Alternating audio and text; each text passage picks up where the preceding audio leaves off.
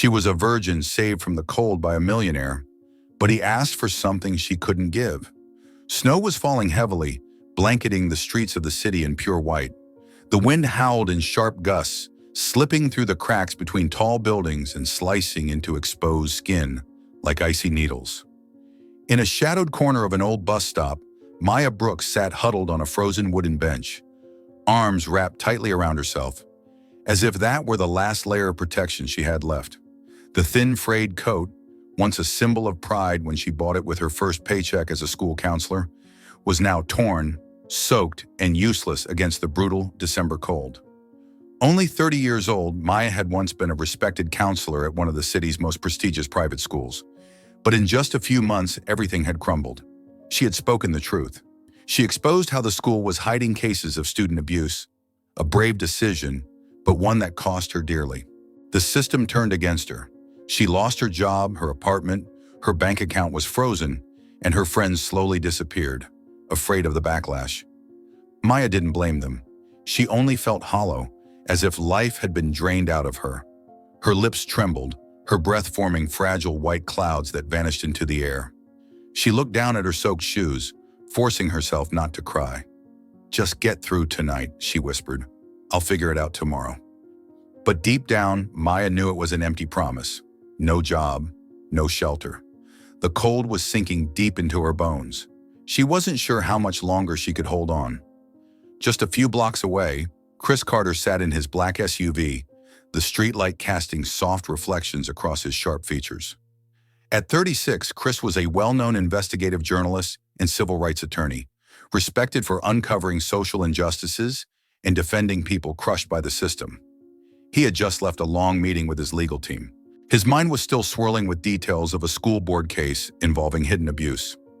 As his car passed the old bus stop, his eyes caught sight of a figure hunched on the bench, almost swallowed by snow. Chris slowed the car. Something about her made him pause. She didn't look like the typical homeless people he'd seen. Even in her ragged clothes, there was something lost, yes, but also dignified. He hesitated. It was late, and he had deadlines. But something deeper inside urged him to stop. He pulled over, stepped out into the biting cold. Maya looked up at the sound of footsteps, eyes wary. "I don't need help," she said, her voice so faint the wind nearly carried it away. Chris paused, keeping his distance, his voice calm and gentle. "You're not okay. It's dangerous out here tonight." Maya shook her head, trying to stand, but her legs trembled too much. I'm fine," she murmured, but then her eyes fluttered shut. Her body collapsed toward the bench. Chris lunged forward and caught her before she hit the ground. He checked her pulse. Still there, but weak. Her skin was alarmingly cold. Without hesitation, he lifted her carefully and placed her in the back seat of his SUV. He turned the heater on full blast. Looking at her pale, still face, Chris knew one thing for sure. He couldn't leave her out there tonight. The SUV came to a quiet stop in front of a 3-story glass building tucked away on a deserted street. Chris carried Maya through the cold hallway, flickering fluorescent lights casting dull reflections on the gray tile floor. She was so light it unsettled him, as if one strong gust of wind could carry her away. He pushed open the wooden door to a small room he used when working late nights. Inside, a single bed with white sheets, a cluttered desk full of files, and a tiny kitchenette with an old water heater. The air carried a mix of old paper and strong coffee. Chris laid Maya gently on the bed, pulling the blanket over her body. Her face was pale, lips tinged blue, her brown hair stuck to her forehead from melted snow. He exhaled slowly, then moved to switch on the electric heater. Its low hum broke the heavy silence. He walked over to the kitchenette and turned on the kettle. His fingers moved over his phone as he dialed a trusted doctor. "David, I need you to come over. A woman, she's exhausted, possibly hypothermic. Not critical, but she needs to be checked." After the call, Chris sat down nearby, eyes fixed on the still form on the bed. There was something about her silence that gripped him. Not weakness, but a kind of strength that had been slowly crushed by the world. Nearly an hour passed before Maya stirred. Her eyes fluttered open, blinking against the soft yellow glow of the desk lamp. The unfamiliar room, the warmth from the heater, it should have felt comforting, but instead, Panic flared. Where, where am I? She whispered, clutching the blanket as if it were the last thing tethering her to reality. A voice spoke from the corner, calm and low. You're safe. I'm Chris Carter. I found you at the bus station. You passed out from the cold. She turned her head to look at him. Tall, lean, dark-haired with rolled-up sleeves that revealed strong arms. His sharp features were softened by steady, non-judgmental eyes. I have to go, she said, trying to sit up, but her body wouldn't obey. She swayed and collapsed back onto the bed, pressing her hand to her head to fight the dizziness. You're not strong enough yet, Chris said gently. I called a doctor. He'll be here to check on you. Just rest tonight, until you regain your strength. Maya shook her head, her eyes flashing with defiance and fear. I don't need pity. Her voice was cold but weak. Chris didn't argue. He simply stood, poured a cup of hot water, and set it beside her bed. No one's pitying you, he said, voice soft as the wind. It's just too cold out there. You can stay here tonight. I'll be in the next room if you need anything. Just then, the door opened. Dr. David entered, his hair streaked with gray, medical bag in hand. He checked her pulse and temperature, then nodded. Mild hypothermia, nothing serious. Rest, stay warm, eat something. After David left, Chris handed Maya a bowl of hot soup. I'm not much of a cook, but this is edible, he said with a light smile. She took it, her heart conflicted between gratitude and shame. She sipped slowly, the warmth spreading through her chest like a gentle reminder. She was still alive. They didn't speak again. Maya clutched the blanket, eyes drifting into the distance. That night in a bare room with no luxury, just quiet and the kindness of a stranger who asked nothing, she felt, for the first time in a long while, like she wasn't completely alone. Chris didn't say another word after placing the bowl of soup down. He could see clearly that Maya was in the middle of a silent battle, one he had no right to interfere with. This room locks from the inside, he said, his voice calm and low. You can lock it if you want. I won't disturb you. Maya didn't answer, but something shifted in her eyes. Not suspicion, but quiet surprise. Maybe she had grown too used to people violating her space. And now here was a man who asked nothing, demanded nothing, simply present without imposing. Chris dimmed the lights, leaving only the soft amber glow of a desk lamp, and stepped out of the room. Before he closed the door, he paused for a moment and said gently, Get some rest. You're safe now. Morning light slipped through thin curtains, casting pale streaks across the cold wooden floor. In the small, bare room, the heater still hummed, spreading gentle warmth. Maya opened her eyes, her first sensation of foggy emptiness. She couldn't remember exactly where she was, only that her body was no longer trembling from the cold. She sat up slowly, her eyes still red after a night spent mostly awake. Everything around her was unfamiliar, but so quiet it didn't frighten her. On the table, the bowl of soup had gone cold, and the half-empty cup of water remained untouched. She stepped out of bed, slipping on the coat that had been carefully dried and folded beside her. It was still torn, but no longer wet. Maya clenched her fists, trying to summon that familiar sense of control. She didn't want to owe anyone. She didn't want anyone to see her as weak. Quietly, she folded the blanket, smoothed out the bed, as if erasing any trace that she had ever been there. At the door, she hesitated briefly before opening it and stepping out into the hallway. No one was around. The office was still and calm, only the wind brushing against the glass outside. Maya left the building. Her legs trembled from the cold, but she kept her back straight as she walked. That day, she wandered across the nearby districts, knocking on doors of schools, counseling centers, anywhere that might need someone like her. She handed out crumpled resumes. Documents that were once a source of pride now felt like scraps. Every answer was the same. We're not hiring, or worse, wary stares when they recognized her name. As the sun began to set, her feet numb, her coat stained with slush, Maya stood outside an old bookstore. She had nowhere else to go, no plan left. Her tired steps carried her back to the quiet street with the 3-story glass building. She didn't come to knock. She didn't come to ask for more. She just needed to sit somewhere that didn't feel so hostile. That place, however temporary, had not turned her away. She sat on the front steps, hugging her knees, curling into her worn coat like a torn cocoon. Just for a little while, she told herself. Then I'll keep moving. But as the winter wind howled again through the alleyways, Maya closed her eyes and, for the first time in days, silently admitted a truth she had buried. I don't have the strength anymore. On the third floor, Chris sat in front of his computer, tired eyes fixed on the unfinished notes for an article he had yet to complete. The bluish glow from the screen cast shadows under his eyes, familiar signs of another sleepless night. When the soft chime from the security system rang out, he glanced toward the small monitor in the corner of his desk. The front entrance camera had picked up movement, and then he froze. There she was, the same girl. Maya. She sat curled on the steps, head down, arms wrapped tightly around her knees. She hadn't knocked. She wasn't asking for anything. She was just there, as if this place was the only one left she could turn to. Chris stood abruptly. He grabbed a sweater, threw it over his shoulders, and hurried down the stairs. When he opened the glass door, cold air rushed in. Maya looked up, her gray eyes wide with surprise. "It's freezing," he said, his voice low and gentle. "You shouldn't be out here." She shook her head, lips pressed tightly together. I didn't mean to bother you." Chris didn't push. He simply tilted his head toward the inside. "Come have a cup of hot tea. That's all." Maya stared at him, hesitating.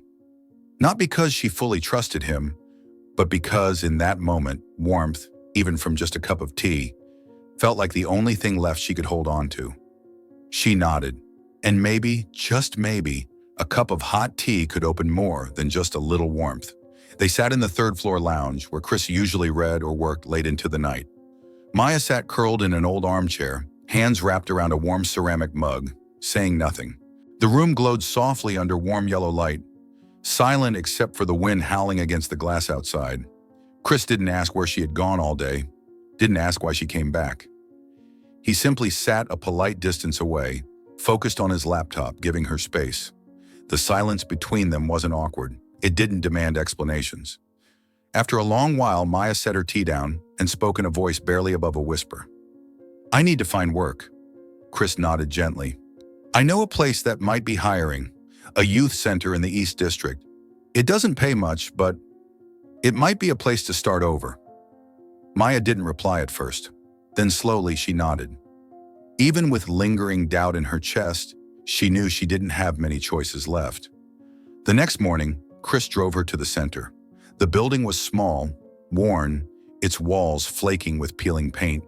Inside, a different world buzzed. Wary teens, fragmented laughter, and too many broken stories. Maya was introduced to the director, a woman in her 50s with tired but kind eyes. "You can try helping out for a few weeks," she said. "We always need someone who knows how to listen." Maya began working as a part-time volunteer. She was assigned to small support groups, teenagers who had dropped out of school or faced abuse at home. At first, Maya only did simple tasks, distributing meals, assisting with study hours, jotting down behavior notes. No one knew she had once been a school counselor at an elite institution. She didn't tell them. It felt like a demotion. The days of speaking confidently in school assemblies now felt distant and blurry. Every time she saw a boy flinch away from adult eyes or a girl lie about a bruise, she remembered the students she couldn't save. Sometimes she felt like a ghost of herself, working just to make it through the day. But then, little moments crept in. One afternoon, as she bent to pick up a comic book beside a frail boy, he whispered, "You're not like the others." Maya turned to look at him. He said nothing more, just gave her a small, shy smile. That smile awakened something in her. Not pride, not prestige, but the reason she had started this path at all, to listen, to understand, and to protect what was fragile. That night, when Chris came to pick her up after her shift, he saw her smiling, just a little, but genuinely, and he knew something was slowly coming back. Since that evening, Maya no longer avoided Chris after her shifts. She still kept her distance, still quiet, but when he brought 2 cups of hot coffee to the center's front steps, she no longer turned him away. They sat together, sometimes on the damp bricks outside, sometimes in the back seat of his car, or in the third-floor reading room where the yellow light always felt gentle enough to breathe in. Chris never rushed. He didn't ask why she came back, or what she had done before. He was simply there, steady and quiet. He told her small stories, chasing an education scandal, getting cut off from grant money for writing too honestly, or sleeping in his car just to catch a reluctant source. Maya listened. Sometimes she smiled faintly, a quiet, real smile that barely reached her lips but meant everything. She began to change, not dramatically but gently. Her posture no longer caved in. Her voice held more weight when she called a child's name. Her gaze met others with growing steadiness. Her coat remained old, but she no longer disappeared inside it. One Saturday afternoon, the center organized an outreach trip, distributing supplies and giving health checks to homeless teens. Maya signed up. It was her first time stepping beyond the safety of the center walls. She helped hand out blankets, meal boxes, and sanitizer, reminding the teens to stay warm. Amid cramped sidewalks and fragmented laughter, Maya moved with quiet purpose. Not because she felt safe, but because she was choosing to stay. That night, as the group began to pack up, Chris appeared. Snow clung to his thick coat. In his arms was a bag of neatly folded blankets from his office. Maya saw him from a distance, surprised, but only nodded. They handed out the rest, packed up together, then sat under the awning of an abandoned storefront. For several minutes, they said nothing. The wind hissed between buildings. Their breath curled together like wisps of smoke, mingling into the dark. The silence stretched, not awkward, but weighty. As the wind whispered through the alley, something in Maya shifted, like a door quietly opening. Then Maya spoke. "I used to think I was doing the right thing." Her voice was calm, steady, like she was reading from a journal long buried. "I was a school counselor at a private school. Fancy place, big expectations. But I started noticing things. A girl told me the gym teacher touched her. A boy was locked in the office for punishment. I reported it. I followed procedure. I thought someone would listen." She paused, gripping her coffee until her knuckles turned white. "But no one did. They told me to stay quiet, to protect the school's image. When I kept pushing, they said I was unstable, that I was overreacting from job stress." Maya's eyes stayed on the ground, no longer angry, just tired. "They fired me, spread rumors that I lost control, friends pulled away, I lost my housing, my bank account, and worst of all, I started to believe maybe they were right." Her voice wavered, but she didn't cry. That phase had passed long ago. Chris said nothing. His hand didn't touch hers, but it rested close, just enough to say, "I'm here." "Maya," he said softly, "you weren't wrong. You were just the only one brave enough not to look away." Maya turned to him, and in those gray eyes so often clouded by fog, a faint flicker of light appeared. Not hope, but recognition. Someone understood. And in the cold of night, beside a man who didn't try to fix her, but simply saw her, Maya felt it clearly. She was, slowly, finding her way back to herself. And perhaps what keeps a person from falling isn't strength, but the quiet belief that they still matter to someone. A few days after that night under the awning, Chris walked into the third-floor lounge with a thick folder in hand. Maya was making tea, dark circles under her eyes from too many sleepless nights, but she stood straighter now, more solid. "There's something I'd like your help with," Chris said, placing the file on the table. "It's a case I've been investigating, about the city's education board." He explained the anonymous letters, the ignored complaints, the altered memos. A teacher forced to resign for refusing to fake grades. A female administrator reprimanded for not deleting evidence of shady expenses. "I suspect a cover-up," Chris said, eyes steady, "and I need someone who understands how the system works from the inside."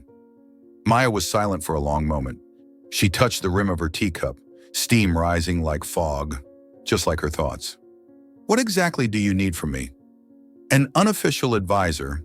Go over documents, analyze procedures, flag patterns. You've been inside the system. You'll spot things an outsider wouldn't." She nodded, not out of certainty, but because for the first time in a long while, she didn't feel like a burden. In the weeks that followed, they worked together every night. When the center closed, Maya came up to Chris's office. They sat at opposite ends of the desk, surrounded by papers, sticky notes, and laptops that were always close to dying. Maya was more meticulous than Chris expected. She underlined in red, highlighted discrepancies in meeting records, pointed out flaws in approval forms, tiny details that, when connected, revealed gaping holes. "This edit used a digital signature," she said one night, tapping the screen. "But school systems don't allow that after hours. Someone bypassed protocol." Chris looked at her, openly impressed. "You're better at this than you think." Maya shrugged, but her ears turned red. Amid the intensity, they shared more about themselves.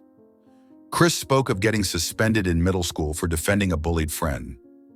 Maya talked about the final night in her old apartment, leaving with only a suitcase and a stack of student files she couldn't bear to throw away.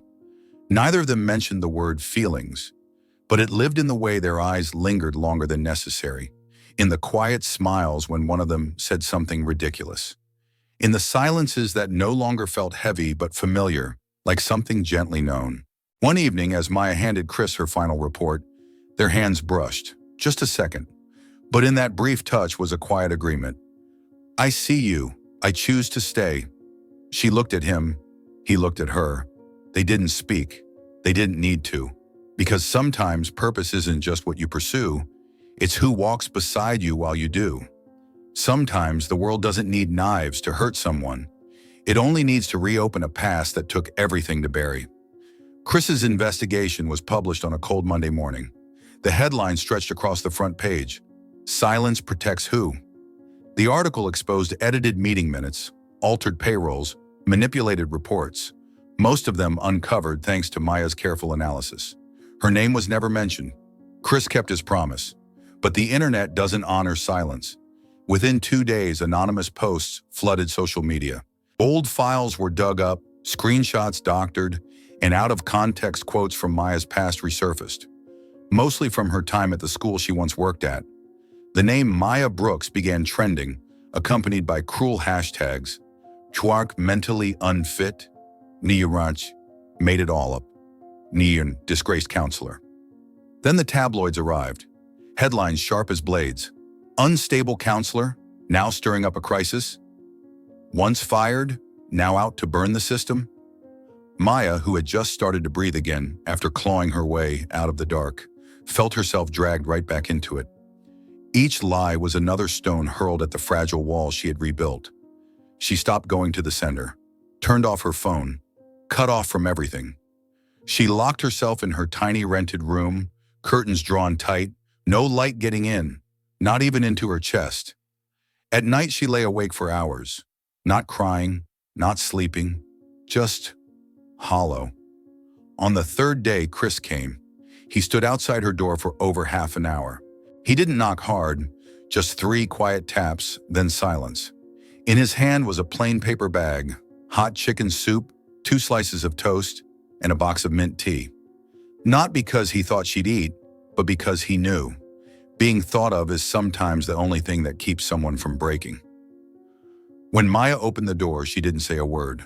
Her face pale, lips cracked, hair unkempt. Her eyes had no tears left, just the emptiness of someone too tired to be afraid. Chris didn't ask anything. He handed her the bag, then sat on the floor across from her, as if sitting there was the only shield he could offer against the world outside. Finally, Maya spoke. Her voice was hoarse, like it had been clawed up from somewhere scorched and dry. "I'm dragging you down with me?" Chris paused, then looked her in the eye. "If standing beside you is being dragged down," he said gently, firmly, "then I go willingly." She lowered her head into her knees, not crying, but shaking all the same. The next day, when journalists crowded Chris's office, he didn't run. He stepped outside, calm and steady, facing a wall of microphones. "I won't reveal who assisted the investigation," he said, "but I will say this. If telling the truth makes you unstable, then maybe we're living in a society that desperately needs a wake-up call." That quote went viral. People began to speak up. Former students wrote blog posts about how Maya once stood up for them. A former colleague sent her an anonymous email. "Thank you. You were right." Maya said nothing, but this time she didn't hide. One night she texted Chris just 4 words. "I'm still here." Just 4 words, but enough for him to know she was coming back. 3 days later, she walked into his office. No makeup, no small talk. She placed a new folder on his desk. "I've been reading through some older records," she said. "There's something you might want to check again." Chris didn't say a word. He simply stood, poured her a cup of hot tea, and placed it gently in front of her. And Maya understood. In a world loud, broken, and cruel, there was still one place she didn't have to fight just to be believed. Sometimes surviving is already a form of resistance. But Maya didn't just want to survive anymore. She was ready to step forward and reclaim justice. Chris wasn't surprised when Maya came back with a thick folder. Her eyes no longer dodged. They were clear, focused, steady. "I want to restore my name," Maya said plainly, her voice firm. "Not just to answer the media, but to protect all the students I failed to protect before." Chris nodded, as if he had been waiting for that sentence for weeks. He pulled out a legal draft from his drawer. "I have the legal filing ready, just waiting for your yes." Days later, the lawsuit was officially filed. Maya sued the school board, her former administrators, and those responsible for the smear campaign. The evidence she and Chris had gathered, altered meeting notes, fabricated performance reviews, internal emails, was damning. When the story broke, the public was skeptical. But then something unexpected happened. People began to stand with her. A former student posted a long message. "She was the first person who ever believed me. If she says something's wrong with the system, I believe her." Then another.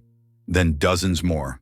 Small stories about Maya quietly defending students, listening, placing a hand on a frightened shoulder, became undeniable proof. The hashtag #WeStandWithMaya spread fast. The media shifted. TV networks invited Maya's legal team to speak.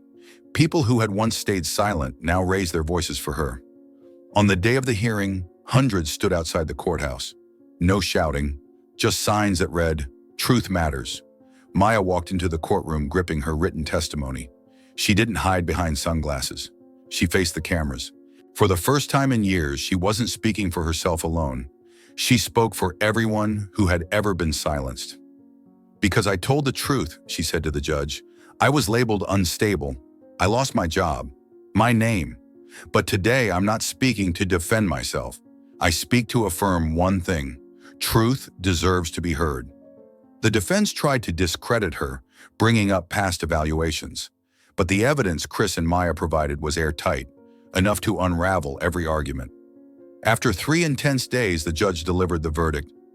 "This court finds the defendants guilty of defamation, reputational damage, and emotional harm. The plaintiff's name shall be cleared, damages awarded, and professional records restored." The room went still, then erupted. Maya didn't cry, but her eyes for the first time were free. For years she had imagined this moment, and yet standing there, it didn't feel like revenge. It felt like release outside. As she stepped through the crowd, a boy she once helped ran up and hugged her. "You did it," he whispered tearfully. Chris came to her side. He didn't say a word, just stood beside her, just like he always had. That night they sat in the quiet third-floor lounge, a cup of tea between them. Maya looked at him and said softly, "I used to think, if I disappeared, no one would remember." Chris gently held her hand. "Now you know that's not true." She nodded. Her face still bore traces of everything she had endured, but now it also carried light. For the first time in years, Maya no longer carried fear, only belief in justice, in goodness, and in herself. 1 year after the landmark trial, the youth support center where Maya had once worked expanded, adding new classrooms, a counseling wing, and a cozy library named the Room of Second Chances. Maya was appointed director of the entire center. No one objected. In fact, everyone nodded as if it was the most natural choice. She had stood not only for herself, but for hundreds of forgotten kids. Maya stepped into her new office with a bright smile, still carrying her familiar humility. On her desk wasn't a flashy nameplate, just a small photo of her and former students standing in the rain last year, all smiles. At the same time Chris left the newspaper, he opened an independent law office specializing in children's rights and education reform. The office was small, with no grand sign, but it was always full of case files and the laughter of kids who stopped by. He called it the Justice Corner.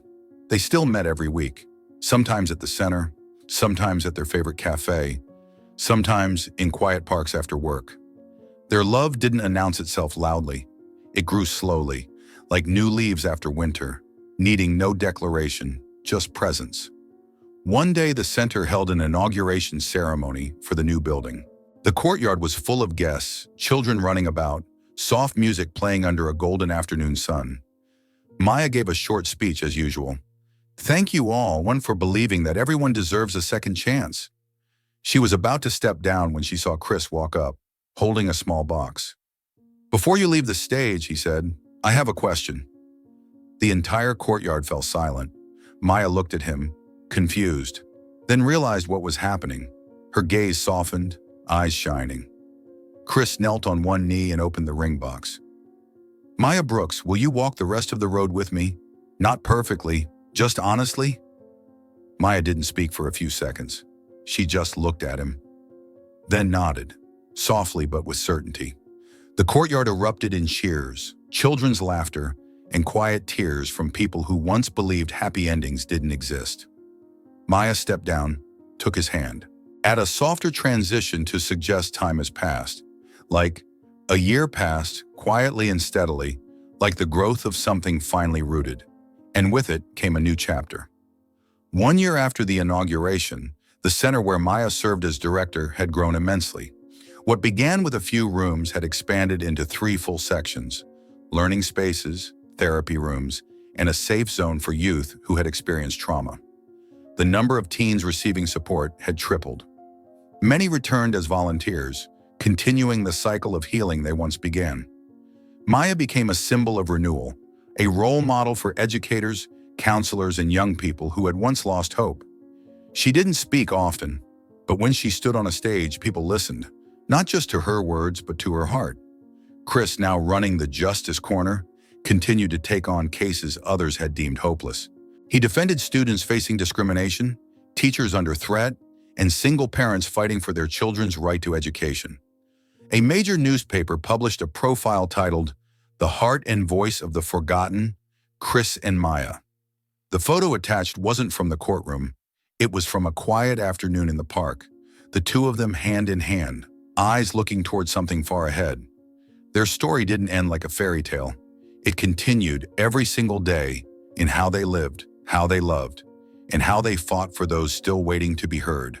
And in the midst of an imperfect world, one thing remained certain: they would keep walking together.